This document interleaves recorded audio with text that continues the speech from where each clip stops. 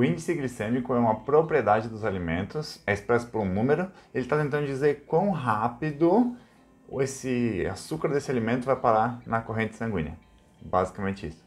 Quanto mais elevado esse número, mais rápido o açúcar foi parar no sangue. Quanto mais baixo esse número, mais demorado ele é, mais longo esse processo. Como que isso é medido? A gente pega 50 gramas de carboidrato. Então assim, para tu pegar 50 gramas de carboidrato em alface, é uma coisa. Para tu pegar 50 gramas de carboidrato em açúcar, em pão, é outra coisa. Então a quantidade vai variar, mas o que importa é quanto de carboidrato tem dentro desses alimentos. A gente faz um jejum de 12 horas e ingere 50 gramas desse carboidrato. E daí a gente começa a medir, de tempos em tempos, quanto o açúcar do sangue subiu, né? A variação do açúcar no sangue. E daí nós vamos chegar em um gráfico. A gente pode fazer isso para vários alimentos, né? E daí a gente vai chegar num gráfico mais ou menos assim, tá? Bom, obviamente, né, como varia de corpo para corpo, né, de alimento para alimento, digamos assim, né, o pão não é igual em todo lugar, assim como nem a batata é igual em todo lugar, então vai ter variações de uma medição para outra, mas nós vamos chegar mais ou menos nessas médias aqui, tá? E eu peguei aqui de um dos estudos as medições desse experimento, vamos dizer assim, né? E a gente tem como base a glicose, tá vendo ali, o glucose, tá tudo em inglês, né? Então a gente tem no lado esquerdo aqui, né, miligramas por decilitros, né? Então assim, quanto de peso por volume tem, né? Quantos gramas de açúcar tem por volume de sangue. E daí ele vai medindo, né? E ali embaixo é o tempo passando, né? Os minutos após a refeição, minutes after meal, certo? O zero é o começo, né? Eu comi e daí eu vou medindo, né? De tempos em tempos, quanto que vai dar isso aí de açúcar no sangue, né? Quanto que vai dar o açúcar no sangue. Tá, vamos pegar agora, como está muito embolado aqui, vamos pegar um exemplo para ficar mais claro. Vamos pegar só a glicose, que é o açúcar. É misturar água, açúcar e mandar para dentro, né? 50 gramas de açúcar, porque o açúcar é só carboidrato. Então vamos pegar essa base aqui. Então a curva que ele fez foi mais ou menos essa, né? Aproximado, né? Porque como ele não mede todos os pontos, né? Se for ver ali, ele tem alguns pontos, ele liga os pontos, né? Mas a curva que ele fez de verdade seria algo provavelmente muito parecido com isso aqui. Tá? Então, assim, essa variação do açúcar no sangue durou 300 minutos, ou seja, 5 horas, né? 5 horas vezes 60 minutos dá 300. Então, por 5 horas teve uma variação no açúcar do sangue em decorrência de ter ingerido esse açúcar, tá? Assim como a gente fez isso para o açúcar, a gente pode fazer para um outro alimento, né? A gente pega 50 gramas do carboidrato, daí vai ser um pouquinho mais, né? Porque nem tudo é carboidrato. Você pode ter um pouco de fibra, por exemplo, né? E vamos pensar, por exemplo, na batata aqui, né? Tá vendo ali o cinza é a batata. Mesma coisa, só que a curva vai dar diferente, ó. Tá vendo que o açúcar sobe menos, né? No mesmo momento ali, né? Se eu pegar, digamos assim, 50 minutos, né? Ou ali, sei lá, 80 minutos, mais ou menos, né? Que é bem no pico mais alto, ele está abaixo do açúcar gerado pelo copo com açúcar, né? Então, assim, o açúcar vai parar mais rápido no sangue quando eu como açúcar do que quando eu como batata, né? Intuitivo, faz sentido, né?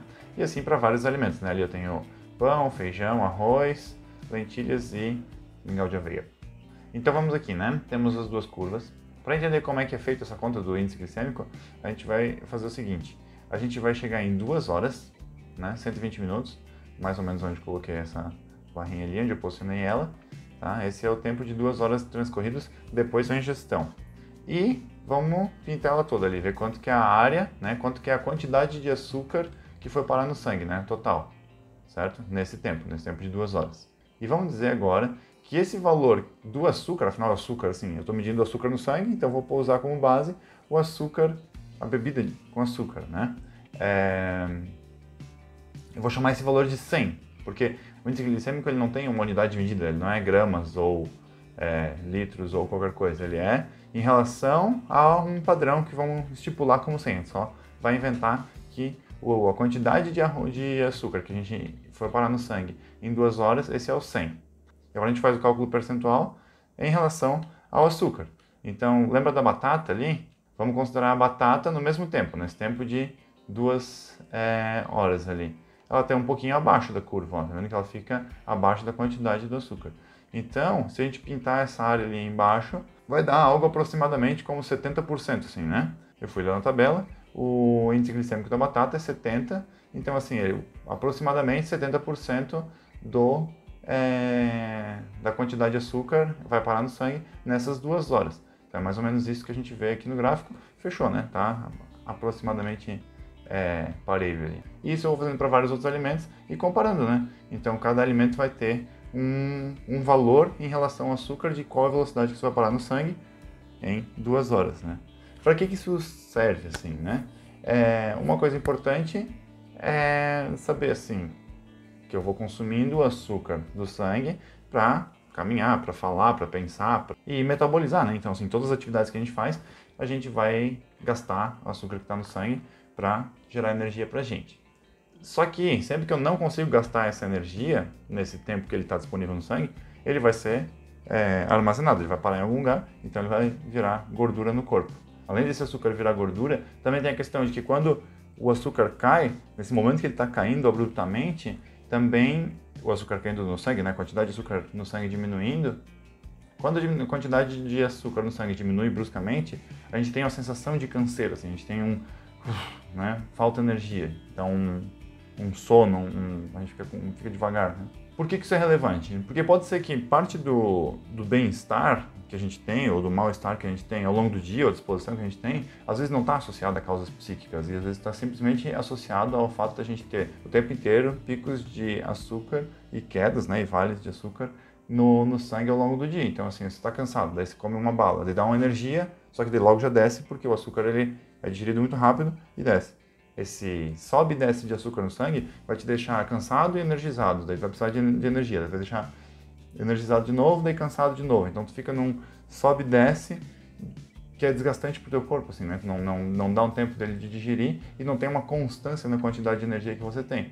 Por isso que tem aquela história de comer alimentos ricos em fibras, é porque eles baixam o índice glicêmico do alimento. Então você vai ter essa quantidade de energia assim, disponível de uma forma distribuída de maneira mais homogênea ao longo do seu dia, né? Coisas interessantes de pensar é que não só o alimento em si tem um índice glicêmico, mas o modo de preparo dele também interfere.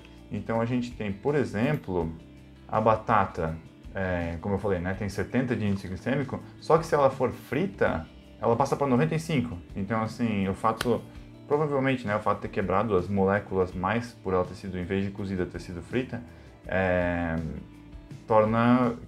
faz com que isso entre muito mais rápido na corrente sanguínea, né, seja muito mais rápido digerido, né. E alimentos daí com mais fibra e menos carboidrato, né, a proporção, né, diferente, vai fazer, por exemplo, que o índice glicêmico baixe. Assim como, por exemplo, uma berinjela tem 20 de índice glicêmico, né, você vai comer e vai ter esse tempo, né, vai ser mais prolongado. Pergunta, existem alimentos que não tenham índice glicêmico ou tenham índice glicêmico zero?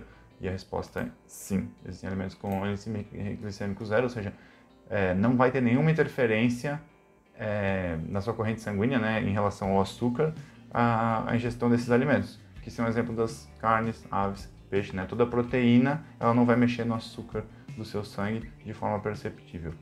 Beleza? Então é isso aí. Esse é o conceito que eu queria que vocês entendessem por hoje, para repensar, né, o nosso estilo de vida e entender um pouco mais a alimentação e o que a gente está fazendo com a nossa nutrição. Beleza, meus queridos? Um grande abraço e até uma próxima.